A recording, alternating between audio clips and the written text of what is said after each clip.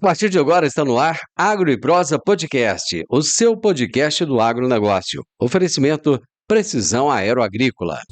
Agro e Prosa, apresentação Divino Ronaldo. Hoje fala-se muito na dificuldade do crédito para o agronegócio. Muitas pessoas que não são do agro até questionam por que o agronegócio precisa tanto de crédito e precisa de crédito subsidiado. Uma das respostas é porque o agronegócio precisa de muitos recursos. E por que juros subsidiados? Porque senão fica impossível produzir. E o preço do alimento também fica lá nas alturas. Então ficaria praticamente sem ter como comprar o alimento. Essa é a questão. Só que para explicar melhor a respeito disso, eu trouxe um especialista. Eu não sou a pessoa que vai explicar a respeito disso. Eu vou conversar com o Davi Télio, que é o advisor do Conacred e é diretor de novas estruturas financeiras da Terra Magna. E o tema da nossa entrevista de hoje será a importância de modernizar os mecanismos de gestão de riscos no agro. Davi, eu estou muito feliz e empolgado de conversar com você. Muito obrigado por gentilmente ter aceitado o meu convite. É um grande prazer estar aqui com vocês. Estamos à disposição aí para trazer todos os assuntos relevantes a esse tema. Meu amigo, eu vou começar justamente fazendo aquela perguntinha da qual eu já tentei explicar no início, embananei e não dei conta de falar nada. Eu ouço demais as pessoas perguntarem por que o agronegócio precisa tanto de dinheiro e por que esse dinheiro tem que ser mais barato que para os outros. Explica aí melhor para o pessoal. É muito importante isto para todos entenderem, né? O Brasil é naturalmente uma grande potência produtora de alimentos, não só agricultura, como também pecuária. E existe uma demanda muito grande por crédito, porque naturalmente as empresas, algumas dão crédito, outras nem tanto. E principalmente quando estamos falando de fertilizantes, estamos falando de sementes, de diesel e etc., o produtor precisa desses recursos para ele fazer o plantio, só que ele só consegue fazer dinheiro quando ele colher para pagar isso. Então, o capital próprio, ele inexiste, é muito baixo. Existe uma estimativa que mais ou menos 12 a 14% das aquisições de insumos são à vista, o resto é tudo financiado. Então, o produtor planta em outubro, ele consegue pagar em março, abril, que é o período que ele está colhendo para pagar isso. Então, ele precisa, naturalmente. Como você comentou, a demanda é em torno aí de 700 a 750 bilhões de reais destinados só para fazer o plantio do ano, para que vocês tenham uma ideia do quanto se precisa de crédito. Davi, todo ano o governo fala que está soltando o maior plano safra da história. Nunca se teve tanto dinheiro disponível, segundo os discursos. Mas na prática, o produtor chega no banco, parece que esse dinheiro não está disponível. O que está acontecendo? É uma boa colocação. Nós estamos acompanhando bem de perto a evolução desses números. Desde o ano de 23 para 24, nós já identificamos uma queda de 22% dos desembolsos sobre o Plano Safra em relação ao ano anterior. E o mesmo vem acontecendo de 24 para 25, estamos aí na faixa de mais ou menos 23%, 24% a menos de desembolsos através do Plano Safra. Independente das medidas, o anúncio de quanto está liberando, evidentemente, isto é uma colocação de um programa, de um orçamento, mas na prática a gente tenta identificar os reais motivos por que não acontece o desembolso. E pode ser alguns, não é só um. Constatamos no início deste ano que houve realmente um bloqueio na liberação de desembolsos através do crédito rural por uma questão de falta de recursos. Isso aconteceu e é uma verdade. Porém, nós temos outros pontos que são importantes. Por exemplo, a inadimplência identificada junto a bancos em 23 e 24, isso trouxe uma restrição de crédito importante, né, impactante dos bancos e cooperativas de crédito em relação aos produtores, isso fez com que haja uma retração, uma redução do volume de desembolso realizado.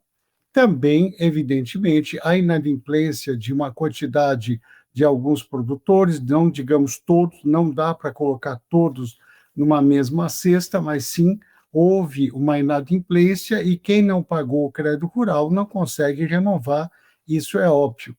Mas temos outros pontos, como, por exemplo, desde 23, o Banco Central já impôs de que quem estiver com embargos ambientais, qualquer tipo de embargos, ele não pode tomar dinheiro no crédito rural. Então, significa que uma grande quantidade de produtores que tinham pendências ficaram de fora deste plano. E, por último, evidentemente, nós estamos lidando agora com o quesito de garantias, né? Os bancos vêm exigindo um pouco mais de garantias dos produtores para continuar o plantio e, evidentemente, isso está sufocando. Temos uma declaração aí da presidência e vice-presidência do Banco do Brasil, que eles fizeram uma restrição de crédito pedindo mais garantias, mas eles entendem que isto vem sufocando a liberação de crédito e precisa ser revisto. Então, todos esses quesitos nos apresentam uma condição que vem apertando bastante o volume que estaria sendo previsto de desembolso. Porém, tem um outro motivo que eu também julgo importante, é que os próprios produtores rurais já não estão mais procurando o crédito rural como antes, já precavidos do que estaria por ser solicitado no pedido de desembolso e também das exigências ou eventuais tendências que ele tenha. Então, o próprio produtor já não está mais indo na fonte como antes. Pois é, mas a partir do momento que ele não vai na fonte, conforme você mesmo colocou, ele deixa de pegar esse juro subsidiado, o juro que ele vai ter que pagar, o preço que ele vai ter que pagar por esse dinheiro, não vai ser muito mais alto? Sim, sim, com a medida que ele não consegue esse juro subsidiado, ele vai ter um custo bem mais alto na produção dele. Hoje, ele simplesmente compara o que ele tem de garantia e disponibilidade e o que ele vai buscar. Se ele não tem mais garantias para dar, se ele tem as garantias que estão presas em alguma operação que ele não conseguiu pagar, ele evidentemente vai pagar pelo que ele consegue. Existe uma questão muito constante na agricultura, é que quando você tem dificuldade para tomar um crédito, e mesmo que você saiba que os juros atuais ele é impagável, não tem uma receita no agro que dê para pagar esses juros atuais, o produtor ele realmente busca o crédito. Se ele consegue o crédito, ele vai comprar e ele vai produzir e ele vai adiante na busca de uma tentativa de ter resultados. Então, o produtor não chega no quesito de deixar de plantar porque o custo está alto. Quando ele planta, vai no risco dele de não ter uma receita adequada. Porém, cabe ressaltar que é muito importante todos saberem que quando um produtor compra um insumo a prazo, pode ser agroquímicos, sementes, fertilizantes, seja o que for, quando ele compra num prazo safra, dentro dessa condição de produto e custo do prazo safra, está embutido os juros atuais, com essa Selic, com o spread normal de mercado. Então, neste preço já consta um custo caro.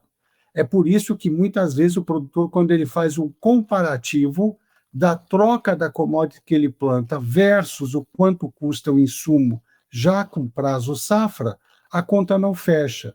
A conta já não fecha na largada por conta dos custos e juros que estão embutidos nos preços. Eu vou fazer um intervalo comercial e rapidinho a gente está de volta. Alta tecnologia, eficiência e produtividade no campo.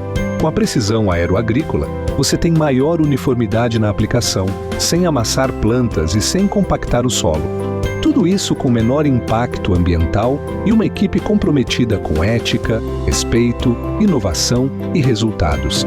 Certificação em aplicação aeroagrícola sustentável, base em Catalão e pontos de apoio em Goiás, Minas Gerais e São Paulo. Precisão aeroagrícola, sua aplicação em boas mãos. Acesse www.precisãoaeroagrícola.com.br. Pois é, aí entra o distribuidor de insumos. Já que ele não tem o banco, já que ele não tem o dinheiro mais barato, ele vai buscar em quem tem o recurso, né? Conforme você mesmo colocou, mesmo que esse recurso custe muito mais caro. Qual que é a importância do distribuidor de insumos aí nesse caso, como Olha, financiador? o distribuidor de insumos aí nos últimos 20 anos, ele vem se apontando como uma grande máquina dentro da cadeia de suprimentos do agro, porque ele representa toda a alocação das indústrias que nós temos no campo. Hoje estima-se que temos mais do que 5.000 distribuidores em todo o país, mas ali inclui também a agropecuária, mas vamos reduzir para mais ou menos uns 600 distribuidores que estão muito focados na agricultura, tamanhos pequeno, médio e grande, e dentro desses eles dão suporte ao pequeno, o médio e às vezes até o grande distribuidor na colocação de insumos. As indústrias não têm uma capacidade de logística, de atendimento e pós-venda no campo. Isso é dado e nós sabemos disso. O distribuidor representa esse papel de ele repassar o insumo e também o crédito. Porque muitas vezes o próprio distribuidor consegue o crédito junto à indústria e ele vende o produto, vende com a margem dele os juros da indústria e ele repassa esse crédito que ele conseguiu da indústria ao produtor rural. O produtor rural, por si, ele costuma comprar o pacote fechado do distribuidor. Ele compra semente, fertilizantes, foliares, agroquímicos, o que ele precisa, num pacote fechado para toda a necessidade dele, numa condição de prazo safra. O que o distribuidor não consegue da indústria, num prazo condicionado a pagamento após a safra, aí o próprio distribuidor vai ao mercado buscar crédito para ele conseguir rodar essa safra e auxiliar o produtor. Então, a dependência do produtor rural no distribuidor e da indústria no distribuidor é muito grande. Ele é um elo que ele faz toda essa máquina girar com perfeição no sentido de apoiar, pôr insumos no campo, conceder logística, atendimento pós-vendas e fazer essa safra tão grande quanto ela é no país. Nesse caso, o distribuidor é que fica com risco, porque se o produtor ficar inadimplente, se ele não puder pagar, como é que fica a situação desse distribuidor? Esse é o lado, esse é o elo fraco da cadeia, né? Porque o distribuidor ele não tem, por sua formação, um grande capital, um grande patrimônio envolvido. Geralmente, o patrimônio líquido do distribuidor é muito pequenininho. Então, ele acaba absorvendo todo este risco, mas, evidentemente, quem está por trás do distribuidor, quem deu crédito para ele, acaba também absorvendo esse risco. Porque se houver uma inadimplência grande, quando muito aconteceu aí em 23 e 24, nessa inadimplência, evidentemente, o distribuidor não conseguiu suportar essa inadimplência e continuar pagando as suas dívidas perante a insumos, com indústrias, ou bancos, o mercado de capitais, etc. Então, nesse sentido, o próprio distribuidor não aguentou. Exemplos são as grandes cadeias, grandes grupos de distribuidores que nós já sabemos do mercado, da dificuldade que eles tiveram para honrar, porque no momento em que eles não recebem do produtor, eles não tiveram a capacidade de continuar cobrindo e pagando o que eles deviam para o mercado, insumos e para bancos também. Você falou do mercado de capitais. Até pouco tempo atrás, a Faria Lima estava em love com o agronegócio. Como é que está agora? O amor continua ou estão com o pé atrás? Olha, eu vou te contar uma história na evolução. Eu fiz o primeiro CRA público lá em 2012, pela Singenta na época, com lançamento na Bolsa, e em 2012, literalmente, o mercado de capitais desconhecia totalmente o agro. Naquela época, não tinha uma casa que operava com agro, desconheciam riscos e esse mercado. Eles atuavam muito em outros mercados, mas não no agro. A partir de 2012, com o lançamento do CRA, e aí começou a evoluir, crescendo, chegou a bater 150 bilhões de reais no CRA, ele ganhou espaço no mercado de capitais. E aí houve uma abertura grande, não só a partir das emissões de CRAs, como também começou em 2018 a atuação dos FDICs com operações dentro do CRA, e depois com a lei do FIAGRO, que aconteceu a aprovação em 21, o FIAGRO também explodiu rapidamente, atingiu 47 bilhões de reais. Isso fez com que o mercado de capitais olhasse para o setor do agro como uma grande potência, uma grande participação do PIB nacional, né, na produção, e aí todo mundo foi afoito para dentro desse mercado. O que aconteceu é que até 2022, todos vieram nadando em braço aberto, mar adentro, justamente ganhando dinheiro, ajudando, comprando papéis, colocando dinheiro no negócio. O que acontece é que muitos não se prepararam.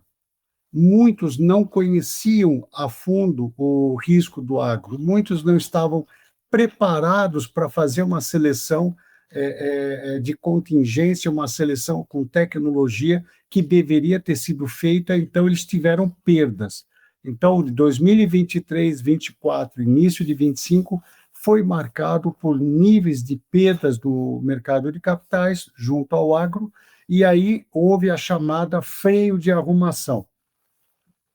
O freio de arrumação significa vamos parar, respirar, vamos se organizar, vamos buscar profissionais, tecnologia, vamos entender melhor esse risco para a gente vir com um passo um pouco mais lento, firme, mas continuamos no segmento. Então, hoje sim, é verdade que existe uma restrição de crédito, existe uma intenção de continuar, porém com receio dentro do agro, justamente por esses motivos. Mas o mercado continua, inclusive nós estamos com novas emissões no mercado e o mercado continua firme, só que com aquela restrição que até nós recomendamos.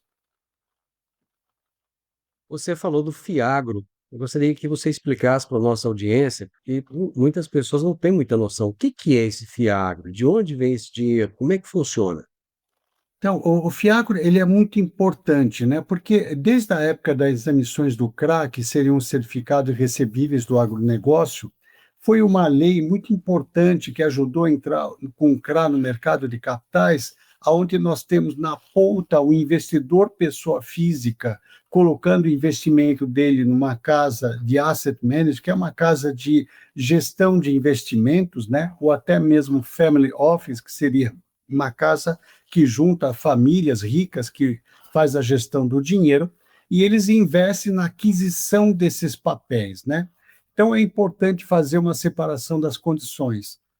Quando você vai num banco, você pode tomar um capital de giro. No mercado de capitais não se toma capital de giro, você vende ativos. Então o ativo você pode ser um recebível, pode ser uma duplicata, uma CPR, etc., como também pode ser numa condição de terras, você colocar no imobiliário e etc. Então, com a necessidade de ajustes que a gente precisava dar no CRA e uma pressão muito grande do mercado perante as autoridades, surgiu a ideia do FIAGRO, que era um fundo que foi criado, que é um fundo de investimento nas cadeias produtivas da agropecuária, em que permite que qualquer atividade, qualquer empresa que esteja conectada ao agro pode operar dentro do FIAGRO. Então, neste fundo, existem as pessoas físicas que compram esses papéis emitidos por uma gestora do fundo, e essa gestora compra ativos do agronegócio. Então, ela pode comprar uma carteira de ativos do distribuidor, e essa carteira comprada vai remunerar juros para o investidor, sem que haja necessidade de envolvimento de bancos propriamente ditos. Os bancos também participam desse mercado, mas necessariamente não é obrigatória a participação deles. A grande vantagem é que no FIAGRO, para investidores pessoas físicas, eles não pagam imposto de renda, pelo menos até hoje não pagam, e quem está tomando o dinheiro não paga o IOF. Então, tem um pouco de isenção dentro dessa cadeia de suprimento de giro, de capital de giro, para que haja uma forma de financiar quem dá crédito na ponta. Então, quem participa são as indústrias de insumos, cooperativas, distribuidores de insumos e até produtores rurais emitindo CPRs diretamente para o mercado de capitais para captar esse recurso e financiar a produção deles. A gente ouve falar muito também em fintechs. O que são essas fintechs? A fintech foi uma iniciativa muito importante, iniciada aí com as permissões do Banco Central, aí nos últimos 10 anos, onde permitem que empresas que se evoluíram em termos de tecnologia. Então, a grande diferença de uma fintech e de um banco é que a fintech ela está totalmente acoplada a tecnologias digitais para conseguir dar uma resposta rápida a grandes volumes. Então, exemplo, uma fintech consegue acoplar uma carteira de um grande distribuidor que coloca 2.000 títulos, ela consegue fazer uma varredura nesses 2.000 títulos de análise, carteira, performance, nome, CPF por CPF, em algumas horas está prontinha a análise para fazer uma operação, uma aquisição e um desembolso em 1, 2, 3 dias no máximo. Então, esse tipo de evolução da fintech permite que haja uma agilidade muito rápida de tomada de decisão para análise de riscos, comitê, desembolso, atendimento ao cliente e agilidade em tudo que é feito, inclusive registros, B3 e tudo mais. Então, a fintech veio para dar aquele solavanco com muita agilidade em termos do que se tinha de grandes volumes, que seria praticamente impossível operar com os bancos nesses volumes. Então, a fintech tem um grande papel no desenvolvimento da conexão do mercado de capitais e o agronegócio. No mundo do agronegócio, informação é poder. E no portal agroeprosa.tv você encontra as notícias mais relevantes e atualizadas sobre o setor que move o Brasil. São análises, entrevistas com especialistas e tudo o que você precisa saber para se manter à frente no mercado. Do campo à mesa, agroeprosa.tv conecta você ao que realmente importa no agro. Acesse agora mesmo agroeprosa.tv e fique bem informado. www.agroeprosa.tv. A notícia do agro começa aqui. Nos dias 12 e 13 de novembro acontece o Congresso Nacional de Crédito no Agro. É o conhecido Conacred. E vocês terão uma participação lá, né? A Terra Magna e o TN Digital. Eu gostaria que você falasse um pouco desta participação.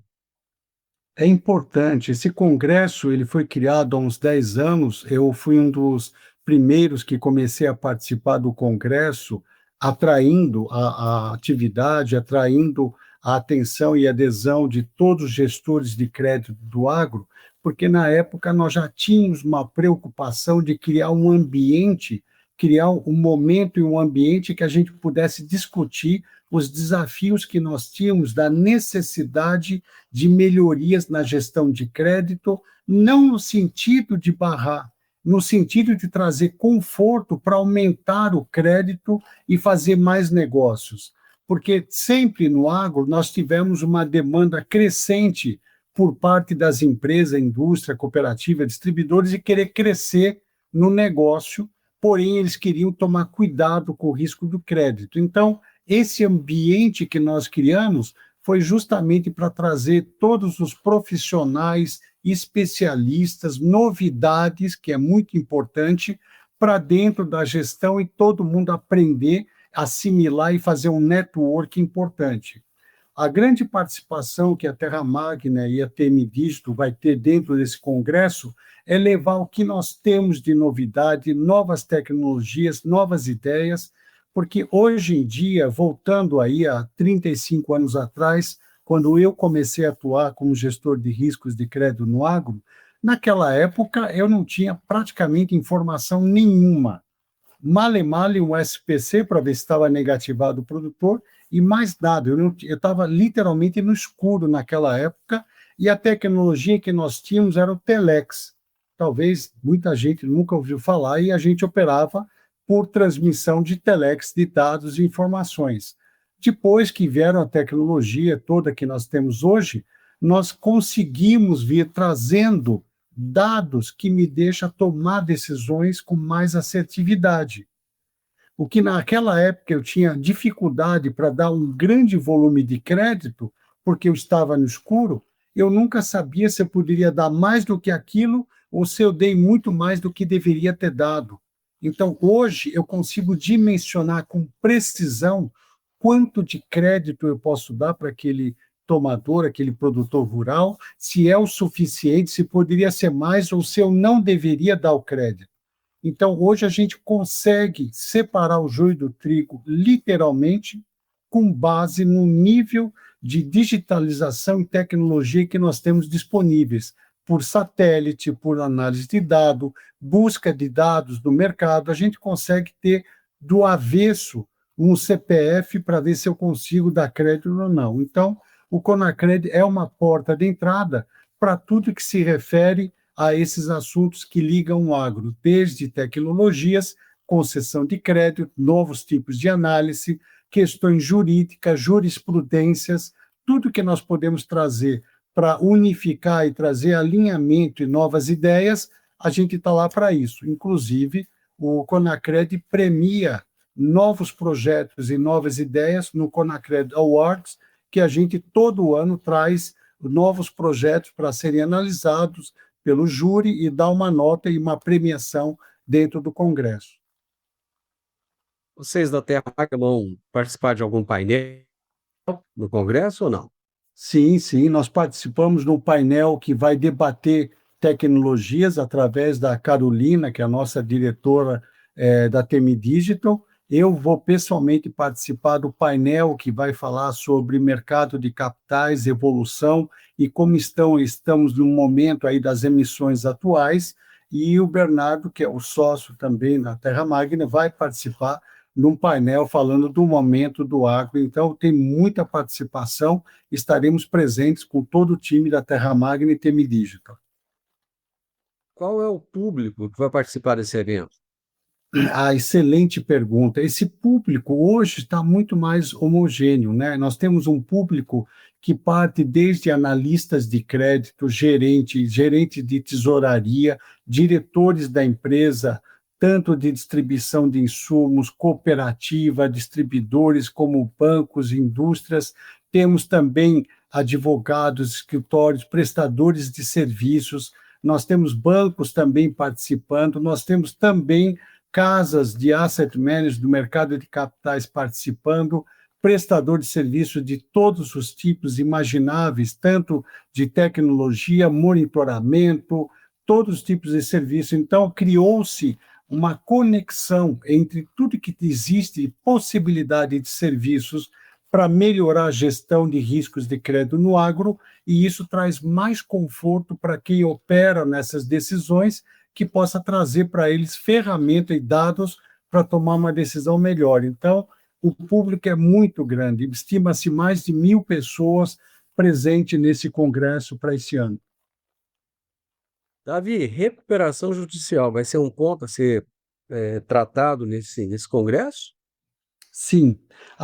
Normalmente, no painel que fala-se de recuperação de crédito e questões jurídicas, nós vamos estar falando sobre as evoluções da recuperação judicial no quesito de jurisprudência, né, de decisões que cabe aos tribunais, o STJ e etc. Então, a cada ano, nós percebemos que todo esse envolvimento com a RJ, ele vem se lapidando, vem aperfeiçoando e vem atingindo níveis que é um pouco mais satisfatório no quesito de segurança jurídica. Isso é muito importante. Como, por exemplo, chegou já numa decisão unânime, sem que haja mais discussões, de que as operações de troca, o chamado barter, em que o produtor ele dá commodity, ele dá CPR através de commodity para entrega futura, em troca de insumos ou capital de giro, este barter ele é extraconcursal, ele não entra na RJ.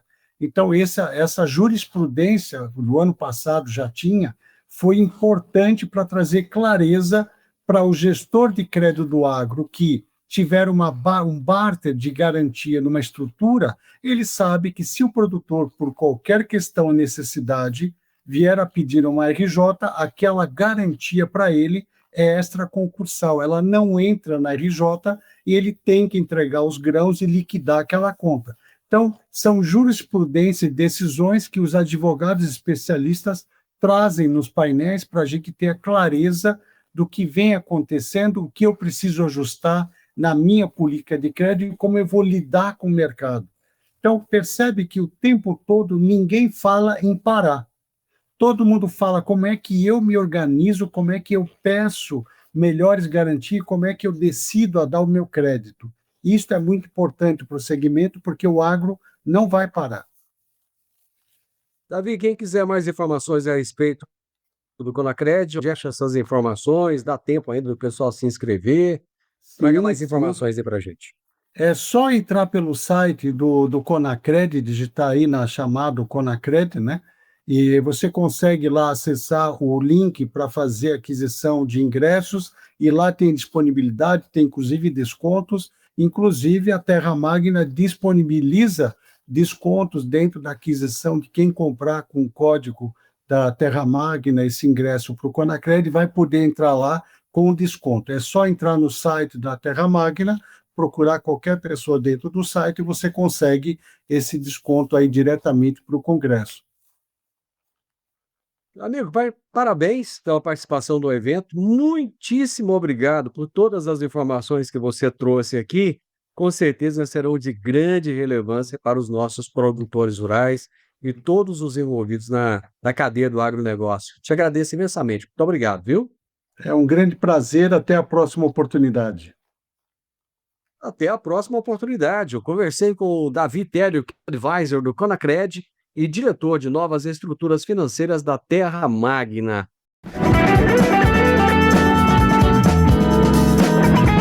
O podcast Agro e Prosa tem o objetivo de falar do agronegócio de forma fácil, simples e descomplicada.